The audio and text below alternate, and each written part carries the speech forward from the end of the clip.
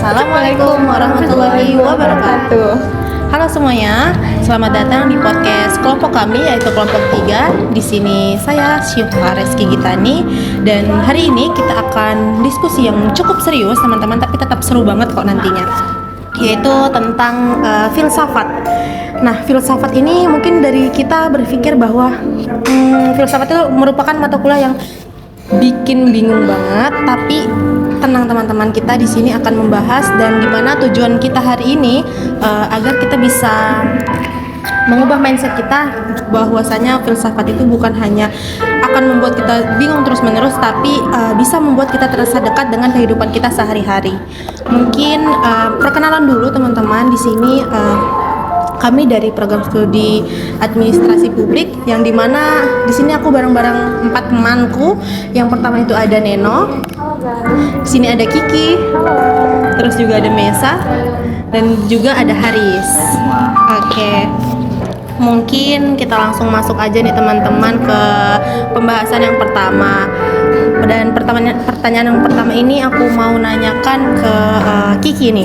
Gimana nih Ki, menurut kamu sebenarnya filsafat itu ngapain aja sih dalam dunia ilmu pengetahuan, dan kenapa sih kita perlu belajar filsafat ini untuk di kehidupan sehari-hari, khususnya kita sebagai mahasiswa administrasi publik? Nah, jadi pertanyaan yang bagus nih guys. Jadi ilmu pengetahuan itu ibaratkan seperti bangunan. Nah, sedangkan filsafat ini fondasinya. Sebelum kita berkata ini benar, ini fakta, kita perlu filsafat untuk menanyakan seperti apa fakta yang sebenarnya dan dari mana kebenaran ini ada. Dan filsafat ini mempunyai 3 cabang ilmu utama yang berhubungan langsung dengan ilmu pengetahuan. Yang pertama itu ada ontologi. Ontologi ini menanyakan apa yang ada. Lalu ada epistemologi. Epistemologi ini menanyakan bagaimana kita tahu suatu kebenaran. Lalu yang terakhir ada aksiologi.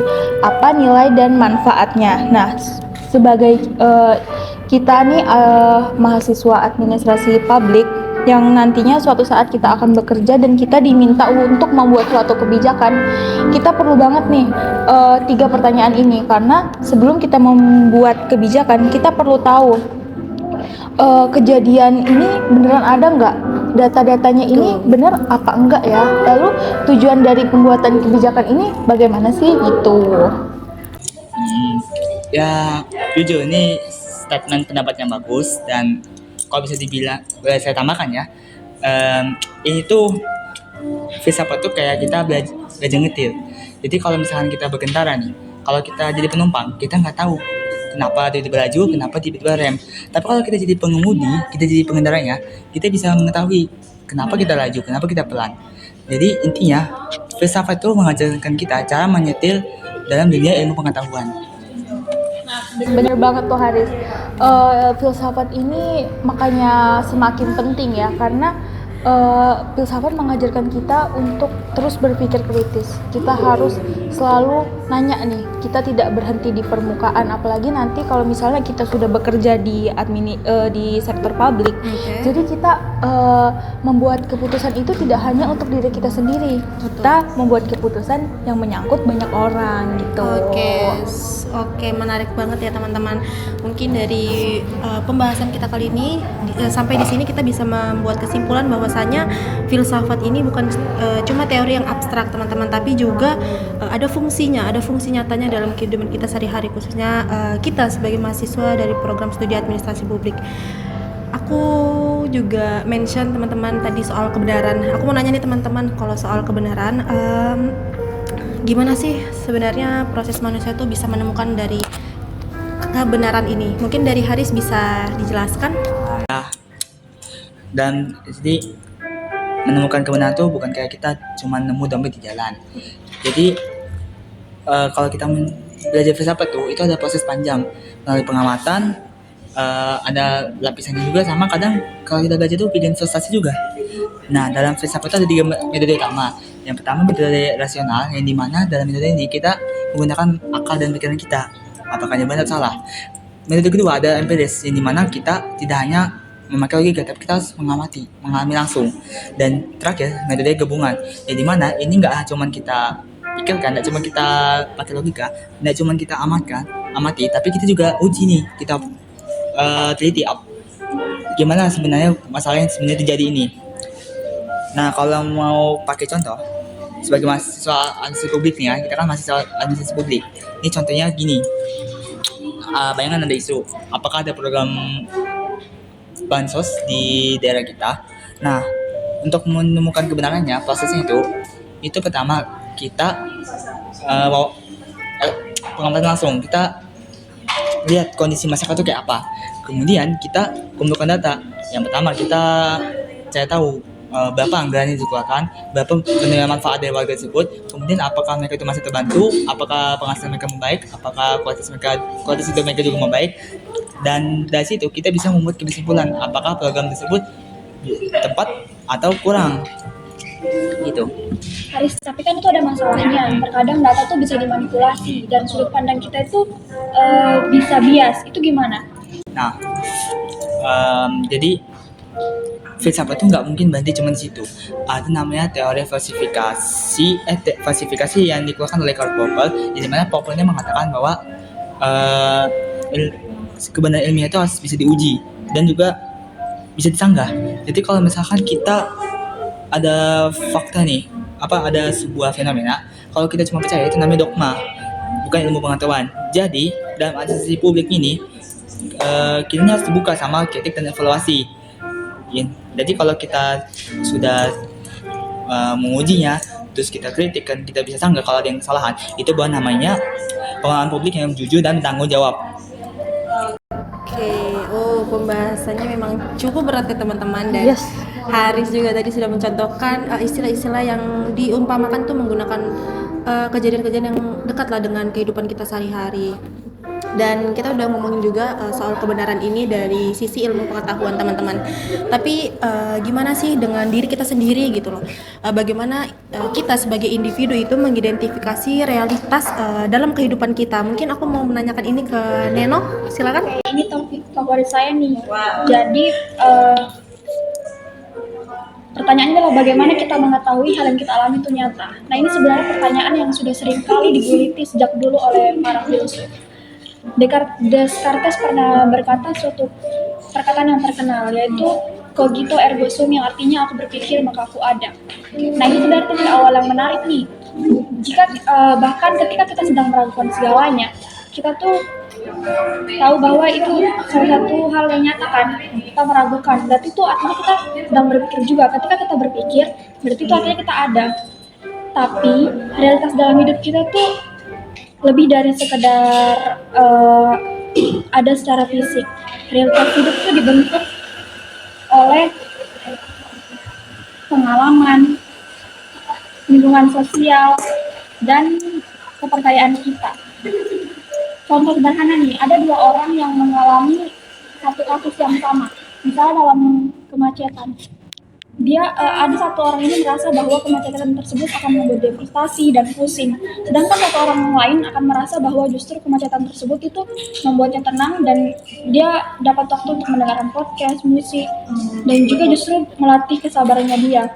Nah, dari situ kan dapat kita lihat bahwa realitas yang ada dalam diri seorang tuh berbeda-beda walaupun dalam satu kasus yang sama. Jadi itu nyambung banget ya Neno sama fenomenologi. Hasrul itu ada bilang kalau kita itu nggak bisa memisahkan antara subjek yang mengamati sama objek yang kita amati. Jadi realitas itu selalu dalam bentuk realitas bagi kita, bukan realitas dari siapa pengamatnya. Nah, persis. Ini penting banget dalam konteks kita sebagai calon administrator publik. Ketika kita merancang kebijakan, bahwa kita tidak bisa hanya melihat tuh realitas dari bilik kantor kita, tapi kita juga harus melihat realitas yang dialami langsung oleh masyarakat di sana. Terus ini makanya kenapa ruang diskusi dengan masyarakat itu penting dan tinjauan langsung ke lapangan itu penting, karena supaya kita bisa mengetahui apa sebenarnya yang terjadi realitas di sana, bahwa kita juga tidak terjebak dalam satu realitas tunggal yang sebenarnya itu membahayakan. Oke. Siapa? Ada yang mau menambahkan? Langsung saja. Oh iya. Oh, saya sangat hanyut dalam pembahasan kali ini, dan mungkin dari sini kita bisa menarik kesimpulan lagi bahwasanya mengidentifikasi realitas itu bukan cuman mengenai soal kita sendiri, bukan mengenai individu yang tunggal teman-teman, tapi juga soal bagaimana memahami realitas orang lain. Dan kita akan masuk ke topik yang terakhir teman-teman, yang juga nggak kalah beratnya dengan pembahasan sebelumnya, yaitu soal eksistensi dan etika. Mungkin aku mau menanyakan ini kepada Mesa. Silakan Mesa. Oke, jadi di sini aku akan jelaskan dengan semudah mungkin ya. Jadi kalau kita ngomongin soal eksistensi manusia, itu kita sering ketemu sama aliran yang namanya eksistensialisme. Jadi tokohnya itu ada Jean Paul Sartre yang bilang kalau eksistensi itu mendahului esensi. Artinya tuh gini, manusia itu lahir dulu, baru mereka itu menentukan siapa diri mereka itu lewat pilihan-pilihan yang mereka pilih di dalam hidup mereka. Jadi kita itu tidak dilahirkan dengan takdir yang tetap. Kita itu punya kebebasan untuk menentukan diri kita sendiri. Tapi pentingnya kebebasan ini itu selalu datang bersamaan dengan tanggung jawab. Maka dari situlah etika itu masuk. Mesa, aku mau nanya nih. Jadi maksud etika itu muncul dari eksistensi dari kita, bukan dari sekedar aturan dari luar.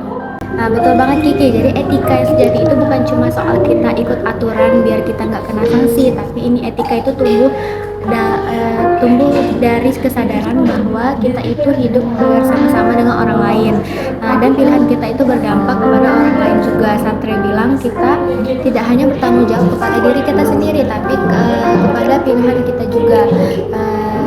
Kita di sini juga sedang mendefinisikan apa artinya menjadi manusia. Contohnya nih, di dalam administrasi publik ada seorang pejabat yang memiliki kewenangan untuk menandatangani sebuah izin proyek.